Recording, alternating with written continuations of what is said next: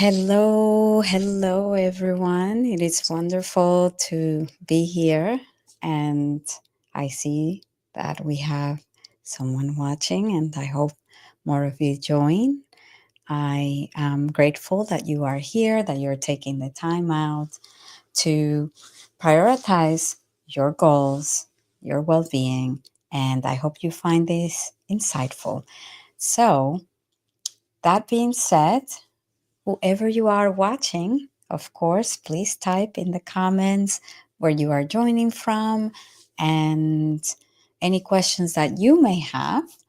I actually am grateful that some of you submitted some questions, some of our Self Worth Hub members, some folks that answered to the email that went out, my newsletter. So thank you so much. I hope that I can answer your questions and that they can be insightful.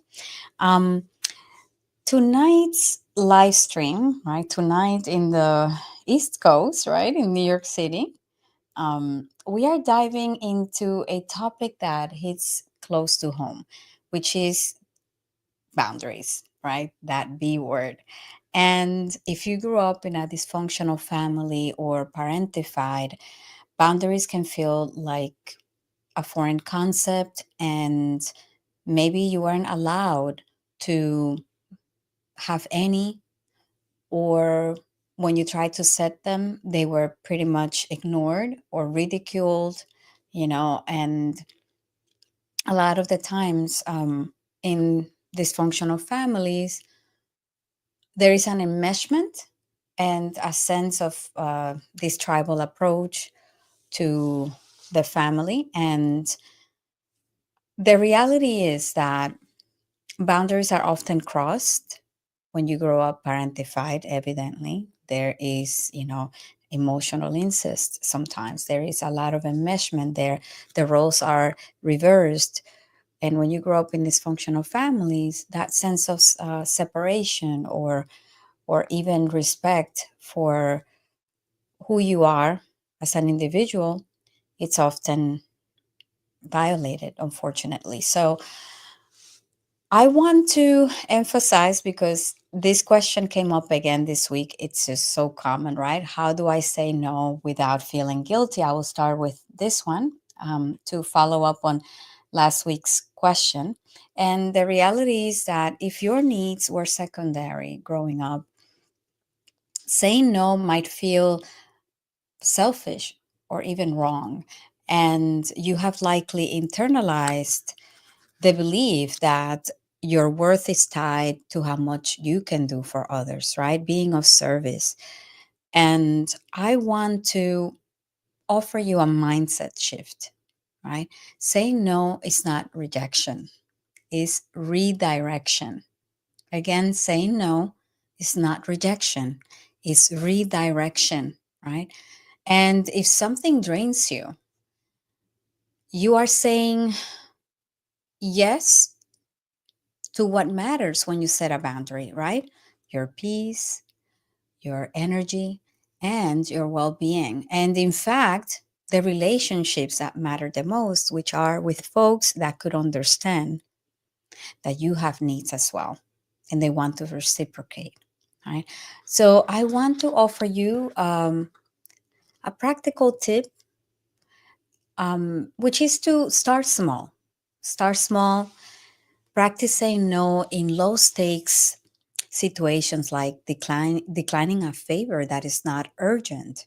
Use phrases like, I don't have the capacity for that right now, or I need to focus on myself or some pressing projects, personal matters or professional matters, so I cannot commit to that. And slowly but surely, you will realize that the world does not end when you set a boundary. The world does not end when you do not step in to fix and save everyone. So I just wanted to leave you with that, because that is how we build the confidence and understand that relationships must be and should be reciprocal. Okay, and let me check. I see that we have some folks. here. Let me see. Don't be shy and leave a comment if you have any questions, if or where you're joining from. Don't be shy. I see we have a few of you here, so I would love to um, welcome you and know where you're joining from, right? So, another question that keeps coming up is, what should I do if my family reacts poorly when I set boundaries, right? Or they get defensive? Um, this is one of the hardest parts because if, when we stop people pleasing, people aren't pleased, right? And especially with people that we love and care for, but that unfortunately keep crossing our boundaries, or they start guilt tripping us when we try to set them. So, as I have mentioned, dysfunctional families often thrive on enmeshment, where everyone's emotions are tangled together. And when you set a boundary, it disrupts this dynamic, and people very likely will push back hard. And I want to offer you this insight is that their reaction is not a reflection of you. It is a reflection of their discomfort with change, because boundaries aren't about controlling others, they are about controlling what you will tolerate and how much you value yourself, your time, and your commitments to yourself, right? And something that I have stressed over our past live streams, if you're a Self Worth Hub member, you know what I'm talking about, because I keep emphasizing that a sure way to build confidence and self worth is to honor your own commitments. Hence, we created this space of our weekly, compassionate weekly accountability meetings or live streams, right? So, what to do? I would say expect resistance. That is number one, expect resistance, because it's normal for people to test your boundaries at first, right? They're not used to it, so they will try to push. And it's important to stay firm and calm. Use simple, non negotiable language like, I understand this is hard to hear, but it is what I need to do for myself, right? Or I hear your concerns, but my decision is final. And of course, that will trigger defensiveness. But it will also make it very clear that you mean business. Because, I mean, after all, what are boundaries if we don't enforce them? So it is important to enforce consequences, right? If a boundary is repeatedly crossed, then you may need to limit contact or step back. Remember that boundaries mean nothing unless they are enforced. It's like with a child. We can say bananas. We can say, don't touch that. Don't touch that. But if the kid doesn't understand why and gets any consequences for it, maybe removal of some privileges, that kid is going to continue to do the same thing. And the reality is, it's the same thing with adults. That's just the reality. And let me check for any comments. Let's see. Hello, hello. There's Beatriz tuning in from LA. Wonderful. Welcome back, Beatriz. It's wonderful to have you. And let's see, we have Satilda. Hello from Brooklyn. Hello, Satilda. It's wonderful to have you. Hello, hello. Grateful to have you all here. And let's see. I see. Ooh, and I also want to check the community. I believe we just received within our Self Worth Hub community another question. So thank you. Oh, thank you, Beatriz, for posting that question. Um, so let's see. I want to jump into your question and then I will answer the rest. Let's see. So I want to acknowledge, right? It says, question is how to stay motivated when work feels unrewarding, right?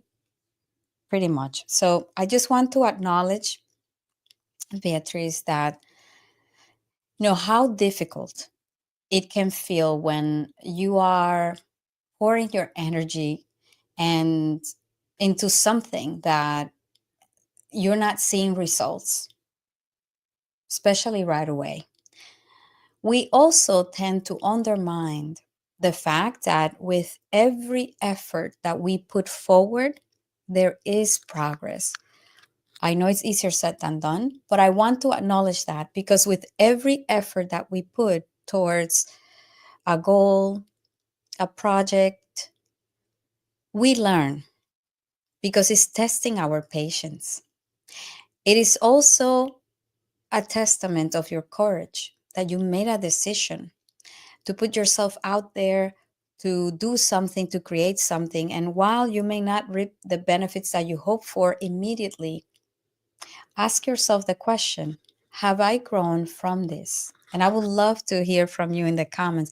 Do you believe so far, right off the bat, before I go in depth into answering that question, do you believe that you have grown, regardless of the outcome that you expected, as a result of enduring? Let me not say enduring, as a result of putting yourself out there and dedicating time for this project. So let me check the comments. Okay. Whenever you're ready, and if you feel comfortable, please share. I would love to hear from you because often we undermine all of the efforts that we put forward. And I am sure that there has been some level of progress, whether that is external progress, let's say monetarily, or internally. You may notice that you may be more confident and that as a result, you might have learned certain skills. Okay. And I see that you commented. Thank you. It says, absolutely. I do feel I have grown and feel more confident. Wow. Thank you so much for sharing that because you are inspiring me and others that will see this live stream. Like I said, more likely, more likely, and more often than not, we grow as a result of our efforts, regardless of the outcome that we expect. And we tend to be very hard on ourselves. So, thank you so much for sharing that. I would say, number one, to reassess your why, right? When work feels stagnant, it's often helpful to reconnect with your why. So, ask yourself, why did I start this project or role in the first place? I would say, please assess that. Number two is, does it align with my long term goals and values? So please write it down. And another question is, am I still passionate about this or am I pursuing this out of obligation? You see, excuse me, sometimes we don't stop to evaluate whether we are going in a direction because like we're married to this idea, we are fixated on a certain idea or approach that we thought about, and we may realize that, okay, maybe I'm doing this out of obligation, or we may realize that we may be ignoring signs that we can redirect our focus and we can strive to fulfill this goal, but perhaps we can do it in a different way. So I would humbly invite you to open yourself up to evaluating that, right? Number two, I would say focus on micro wins, right? As I mentioned before, not the big picture, right? What small wins have you achieved recently? And jot them down. Because again, we tend to hyper focus on the negative or when things do not go our way.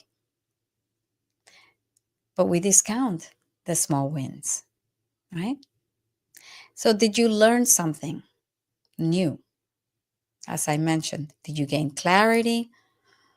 Did you improve a skill? And even if the work hasn't moved the needle in a major way, there are small ripples that are adding up, right? So what are those? I would invite you to evaluate. So sometimes we miss the impact because it is subtle, right? Um, I would say also ask, is it about effort, strategy, or expectations? For example, are you putting in too much energy into tasks that could be simplified or delegated? Right? So that would be my question to you. Sometimes we feel stuck because we're burning out from overdoing something. And perhaps, as I mentioned, we can redirect our effort. And in terms of strategy, I would say, are there smarter or more efficient ways to approach this, your work? If possible, to consult someone that has been successful in this area. Find a mentor, find someone that has been doing it for a while and that maybe you are aspiring to um, mirror their efforts in your own way, of course, because you are unique. All of you are unique, right? And then in terms of expectations, could you be holding yourself to unrealistic timelines or standards? So please write that down because progress often takes longer than we expect. And that doesn't mean it's not happening, right? And I know it's easier said than done, but I would humbly suggest that you honor the process and not just the outcome, right? Like you mentioned, and thank you for sharing that, you have grown and you feel more confident as a result. Um, are you learning resilience, patience, or adaptability as a result? Or can you find joy in the small moments, like solving a problem or creating something new or connecting with others? So I would encourage you to do that and, you know, rebuild motivation with rest and reconnection, right? Ask yourself, am I giving myself permission to rest in this process? Am I giving myself permission to disconnect so that I can come back more focused? Or am I fixating on this is not going this way, right? So I would encourage you to evaluate that. And finally, invite you to reflect on, am I reconnecting with that inspires me and energizes me in the process? So I would humbly encourage you to evaluate that. I know that was a long answer. Let me know in the comments if you need further clarification. Let's see. I see more comments. I see. Okay. Let's see. From Satilda, it says, as I got older, I care less about embarrassing myself, therefore gaining confidence from each experience. Thank you so much for sharing. Absolutely. And that's a reality that, we learn so much and we realize that at the end of the day, everyone is so concerned with their own, challenges. And I know it's very courageous and hard to do, but, you know, yeah, care less. I love this, right? And then Beatriz says that's a great idea to look at micro wins. Yes, thank you. Thank you so much for acknowledging that. I hope that it can be helpful because, like I said, I bet you that if we were to jump on a coaching call right now, very likely we have a lot of evidence of your progress that you may be discounting. So I would humbly encourage you to do that, right? And jumping back into other questions that I received is, how can I set boundaries with a parent who still acts like I owe them my time or emotional labor? And I want to say this can feel like, walking a tightrope on eggshells because it's your parent. And parentified daughters in particular are often conditioned to believe that they are responsible for their parents' happiness, right? I can completely relate. You might hear phrases like, after all I've done for you, or you are so ungrateful, or I can't believe it, oh, don't worry about it, it's okay, I don't need it anymore, right? Or I must be the worst mother, right, or father, that you say this to me when you try to set a boundary, right? Or like, it's okay, don't worry about it. But then insert passive aggressive comment. Very common. So I want to offer you some insight, right? You don't owe anyone access to your time, energy. I know it's apparent, right? Family included. Respect is mutual, and relationships require balance. And sometimes it is important to set the boundary and hold a mirror, stating, like, you know what? Um, I wanted to express it to you. I love you. I care for you. However, I've been feeling like every time you reach out, it's because you need something, right? And I want to feel supported as well, because I don't want to build resentment with you, right? Do you want me to hold resentment and have a superficial relationship?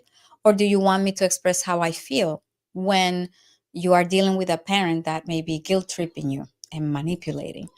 So comment I if you resonate with that.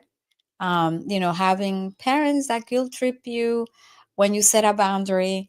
I would love to hear from you in the comments. And I want to offer you, again, I gave you a mini script, right? But another script is, I love you, but I cannot be available 24/7. I'll call you on Sunday afternoons, or I'll call you tomorrow or later on, but I need to step back during the week to focus on myself, or to focus on some of these pressing challenges that I have that are bringing me stress. Because it is important to hold a mirror, like, hey, my needs matter, and you are not asking me about what I'm going through. So this is what is going through. So it's like this vulnerability, assertive vulnerability, basically, is what I like to call it, where you share, like, I've actually been struggling with this, and I would love it to feel supported. Not that you have to do anything, but just by understanding that when I'm not available all the time, or I cannot step in to help you with something, I'm not met with, you know, guilt comments or passive aggressive comments, right? Or I understand you're upset, but I cannot make decisions for you. I trust you will figure it out, and I love you, and I'm sure you will.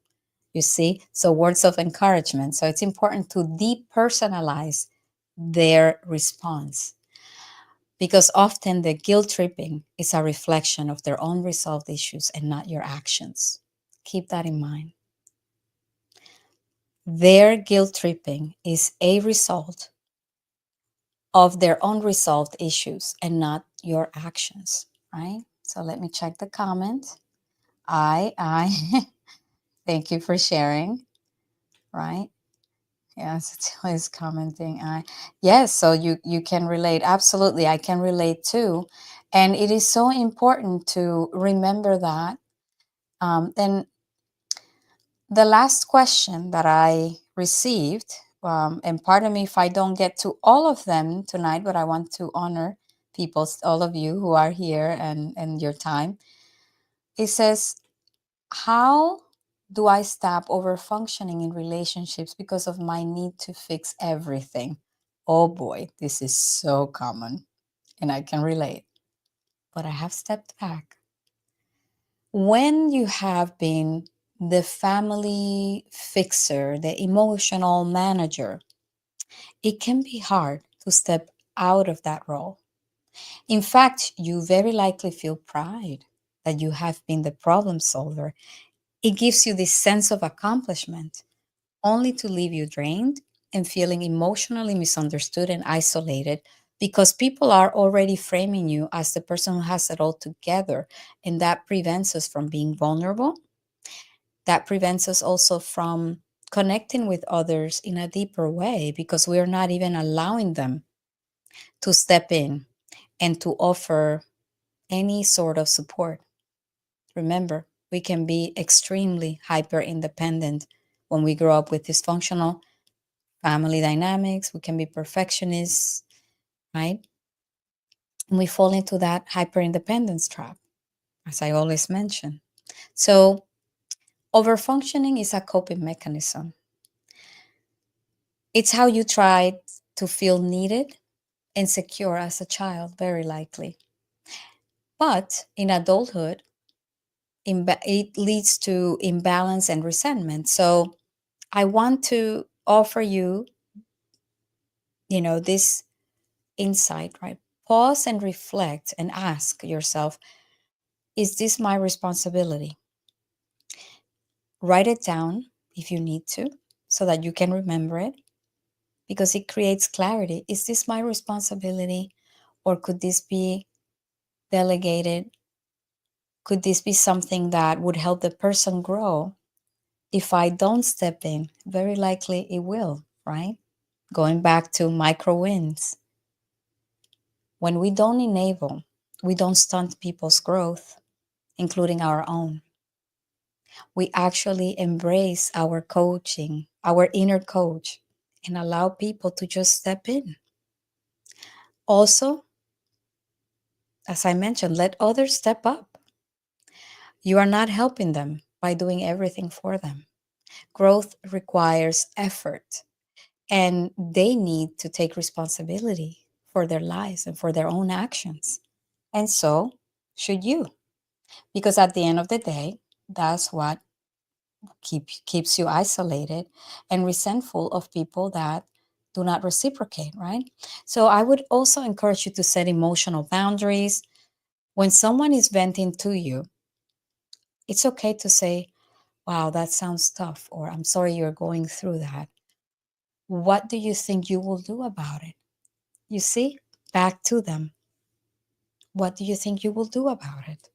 And that actually can be so empowering. You are helping the person empower themselves instead of disempowering without intending to. Okay? So embrace your inner coach or therapist and delegate their own responsibilities, and for them to take compassionate accountability. And you can also say, I'm here to listen, but I cannot solve this for you. I believe that you have the tools and the ability to do so. So perhaps I can help you find some information. You see, delegate information, but not doing and enabling for others. So I want to, in the interest of time, check the comments. Um, Let me know if you resonate with some of the questions that have come up and that your fellow Self-Worth Hub members and subscribers have sent me, right? So I want to remind all of you that setting boundaries is a radical act of self-love. Okay, setting boundaries is a radical act of self-love and healing and growth. It is not easy by any means, but every time that you honor your needs, you are teaching yourself and others that you matter. You are also being authentic in your expression, because you're not doing something out of obligation. So remember that boundaries aren't about creating distance in relationships. To the contrary, they're about creating clarity. They're about the opportunity to deepen the relationship by being fully honest and being helpful, by helping the other person empower themselves and not enabling. Okay? What are your thoughts in the comments? Let's see. Any thoughts on that? Do you agree? Any other insight you may offer? I cannot wait to hear from you. And I see that more folks have joined. So thank you for being here. And remember that boundaries let others know how to love and respect you.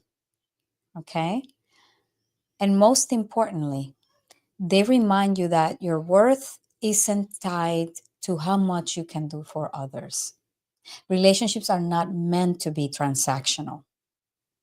And more often than not, if they feel transactional, very likely you are the one that feels taken advantage of because you are overperforming and fixing and problem solving.